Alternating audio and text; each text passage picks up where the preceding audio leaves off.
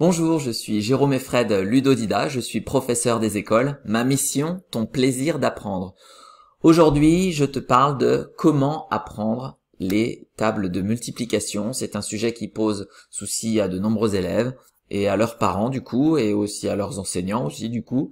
Donc sujet pas évident. Ici, je vais te présenter en plusieurs temps comment apprendre les tables de multiplication.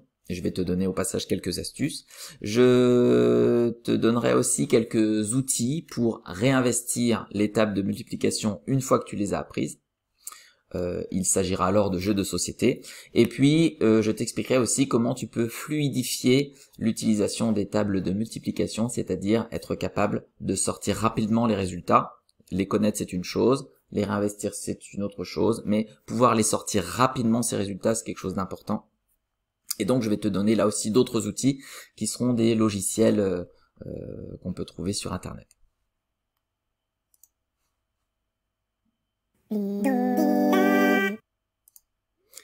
Allez, on commence avec l'apprentissage des tables de multiplication. Alors, les tables de multiplication qu'on doit apprendre à l'école, bah, c'est tout ça. Tout ça. Mais il se trouve que 2 fois 3, c'est la même chose que 3 fois 2 par exemple, et on dit que la multiplication est commutative, et donc du coup, il n'y a pas besoin d'apprendre tout le tableau. Une fois que j'ai appris 2 fois 3, ben, j'ai pas besoin d'apprendre 3 fois 2 parce que c'est le même résultat. Donc tous les résultats qui sont grisés ici, bien, j'ai pas besoin de les apprendre, j'apprendrai le reste. Donc déjà, on a la moitié du tableau qui saute. Ensuite, on a ce que j'appelle les tables faciles, celle du x1, celles du x2 qui sont les doubles. En général, quand l'enfant vient à apprendre les tables de multiplication, il a déjà appris les doubles au cycle 2. Il est censé même les maîtriser. Donc normalement, 3 et 3, 7 et 7, 8 et 8 n'ont plus de secret pour lui. Donc la table des x2 qui reprend les doubles, normalement ne doit pas poser trop de soucis dans son apprentissage. Et on a enfin la table des 10 qui s'apprend en général assez facilement puisque on va juste décaler le chiffre des unités dans la colonne des dizaines et puis on obtient directement le nombre x 10. Donc en général ça se passe plutôt bien. Ensuite on a les tables presque faciles. La table des x4 c'est en fait le double du double, donc x2 x2. On a la table du x5 qui, elle, en fait, revient à multiplier le chiffre par 10 et ensuite à le diviser par 2. Donc si je fais par exemple 5 x 7, eh bien ça fait 7 x 10, ça fait 70, et puis je prends la moitié, ça fait 35.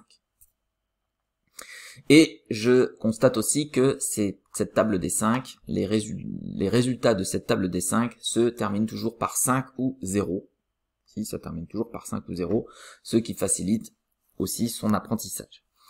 La table des 4, parfois, peut demander un petit peu de travail quand même, pour être bien assimilée, mais ça représente que quelques résultats finalement. Ensuite, on a la table presque facile, mais un peu pas facile quand même, c'est la table des x3. En général, 3 x 3, c'est OK, ça fait 9, ça les enfants l'intègrent assez rapidement. Mais pour le reste, donc c'est-à-dire ce qu'on n'a pas encore vu avec les x4 et x5, etc., eh bien il nous reste 3 x 6, 3 x 7, 3 x 8, 3 x 9. Pour ces tables-là, il va falloir travailler un petit peu. C'est des tables qu'on rencontre, on est sur des petites valeurs, donc on va les rencontrer assez régulièrement peut-être, et plus régulièrement, et du coup elles sont intégrées presque à l'usage comme ça, un peu plus facilement. Mais parfois il peut nécessiter de les répéter un certain nombre de fois pour bien les intégrer.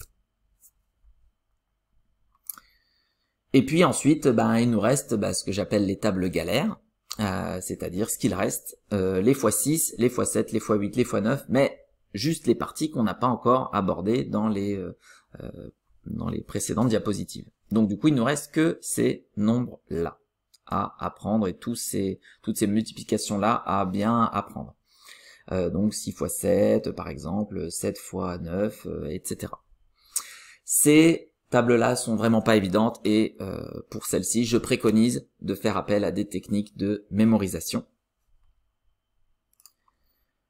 Par exemple, une première technique est que il y a la table des 6, c'est une table qui peut rimer par moment, par exemple 6 x 4 ça fait 24, 6 x 8 ça fait 48, et 6 x 6 ça fait 36, donc si j'apprends cette histoire de rime, eh bien ça me permet d'apprendre deux tables difficiles ici assez facilement, entre guillemets.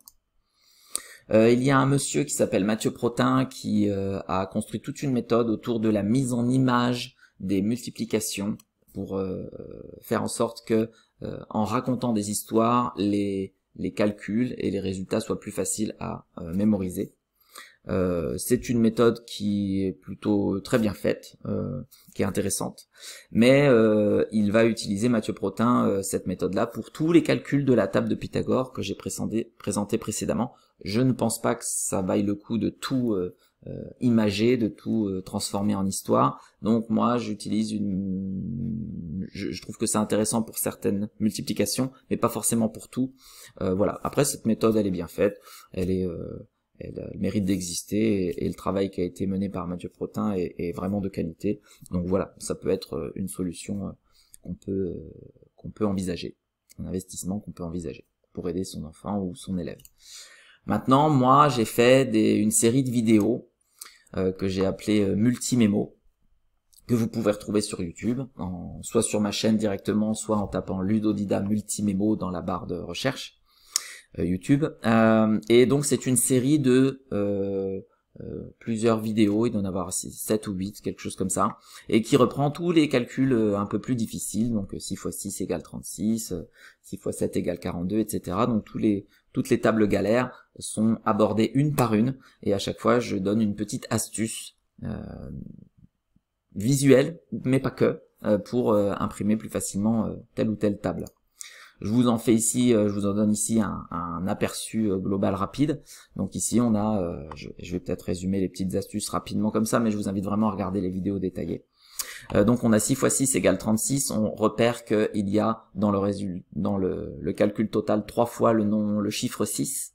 Donc ça permet de retenir plus facilement que 6 x 6 égale 36. Ici, au lieu d'apprendre 7 x 8 égale 56, on va apprendre que 56 égale 7 x 8. Pourquoi on va apprendre dans ce sens-là? Parce qu'en fait, on a juste à apprendre une série de chiffres. On a à apprendre la série 5, 6, 7, 8. Donc quand j'apprends 7 x 8, j'apprends que 7 x 8, 5, 6, 7, 8. Eh bien, 56 égale 7 x 8. Pour la table des 8, pour 8 x 8, j'invite à passer par les doubles des doubles des doubles. Je ne vais pas détailler ici. Je passe parfois par des ressemblances sonores. Par exemple, pour 6 x 7, 6 x 7, 42, ça ressemble à 6 ça pète part en feu. On entend quasiment ça. Donc je retiens la petite histoire de 6 ça pète part en feu, et ça me permet de retrouver plus facilement 6 x 7, 42. Pareil pour le 7 x 7, qui fait 49. Ici, j'ai l'histoire d'une assiette qui, à force de passer au lave-vaisselle, s'est déformée et elle a désormais une forme d'œuf. Et donc, on dit que cette assiette part en œuf. 7 x 7, 49. Il y a un lien de sonorité. Ici, on a une méthode qui sera un petit dessin, un peu à la façon de Mathieu Protin. On a un petit bonhomme de neige, donc on a une scie ici, tenue par un petit bonhomme de neige. Donc, scie comme 6. Et le bonhomme de neige, il a une forme de 8, donc ça fait 6 x 8. Et puis ce petit bonhomme de neige, avec cette scie, va fabriquer un bateau pour voyager. Et donc la voile du bateau va représenter le 4, et le bonhomme de neige sur le bateau le 8, et donc ça fait 48. Donc ça permet visuellement de retenir que 6 x 8 égale 48, en retenant la petite histoire du bonhomme de neige charpentier. Et puis pour la table des 9, il y a une astuce qui existe avec les doigts, etc. Je vais pas détailler ici, je vous invite à regarder la vidéo correspondante sur ma chaîne, et je vous détaille tout ça, la fameuse technique des doigts qui peut permettre de vraiment simplifier l'apprentissage de cette table des fois 9.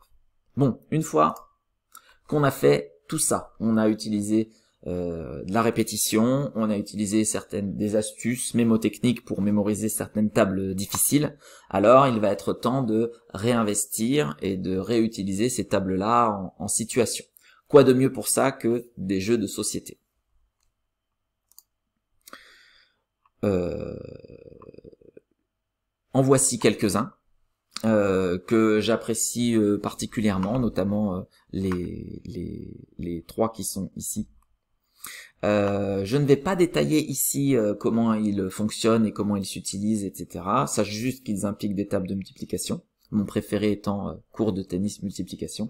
Je vais pour ça faire, je te renvoie pour ça à une autre vidéo où je détaille ces jeux qui permettent de travailler les tables de multiplication et de réinvestir. Donc pour cette partie-là, je te renvoie vers une autre vidéo plus détaillée, mais sache que il existe ces jeux de société qui sont intéressants pour retravailler les tables de multiplication, les remettre en situation.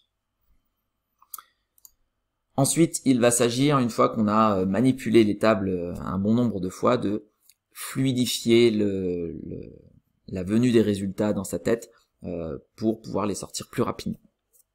Pour ça, il existe un site qui s'appelle Logiciel Éducatif. Donc on tape Logiciel Éducatif sur la barre de recherche Google et on retrouve le site en question. Et dans ce site, on a des jeux d'ailleurs sur plein de domaines qui touchent à l'école, que ce soit en maths ou en français essentiellement. Et il y a notamment en maths des jeux sur les tables de multiplication. Il y en a 3 qui me semblent intéressants. Il y en a un qui s'appelle table de multiplication. Il s'agit d'une course de chevaux dans lesquelles on va devoir écrire les résultats de table de multiplication le plus vite possible pour faire avancer son cheval plus vite que celui géré par l'ordinateur. Donc il y a une petite notion de course qui introduit une notion de vitesse d'exécution du calcul et qui est intéressant. Ça peut avoir parfois un petit côté un peu stressant pour l'enfant quand la première fois qu'il aborde ça, mais plus il va faire ce jeu, plus le stress va être digéré, appréhendé et l'enfant pourra vraiment se concentrer sur donner des résultats rapides. Il y a également Ninja Multiple, lui qui permet de travailler sur des tables en particulier un peu à l'envers. On va avoir des résultats qui apparaissent et il faudra avec un sabre venir couper uniquement les résultats qui correspondent à la table qu'on a choisie. Donc on travaille un petit peu les choses à l'envers, ça peut être intéressant aussi. Et puis enfin on a ce qu'ils appellent des grilles dynamiques où on a des résultats qui sont demandés et puis il faut venir chercher les cases de la table de Pythagore qui correspondent à ce résultat-là. Donc voilà, ça aussi ça peut être une manière de rebrasser les choses sympathiquement. Il y a moins la notion de vitesse qui est en jeu, donc vraiment les deux premiers sont pour moi les plus intéressants. Et je vous invite vraiment à les pratiquer pour fluidifier l'utilisation des tables de multiplication. Je parle ici aussi d'un petit jeu au passage pour terminer qui s'appelle 2048. On peut le trouver en tapant jeu 2048 sur la barre de recherche Google. Il y a des versions en ligne, ça existe aussi sur téléphone en application. Le principe est que on va faire bouger des nombres qui apparaissent dans des cases et quand deux nombres sont identiques, ils vont venir s'additionner. Et comme on aura des 1, des 2 au départ, que des 1 et des 2, ben on va obtenir que des doubles de doubles de doubles, puisque 1 et 1 ça fait 2, 2 et 2 ça fait 4. Ici par exemple 4 et 4 ça fait 8, donc je pourrais venir descendre pour venir fusionner les deux 4. Puis ensuite je vais pouvoir avoir un 8 ici et un 8 ici, je pourrais les décaler pour les faire fusionner et obtenir 16.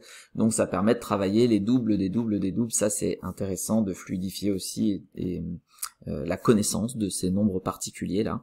Donc 1, 2, 2 et 2, 4, 4 et 4, 8, 8 et 8, 16, 16 et 16, 32, 32 et 32, 64, 64 et 64, 128, 128, 128, 256, etc. Comme ça jusqu'à 2048.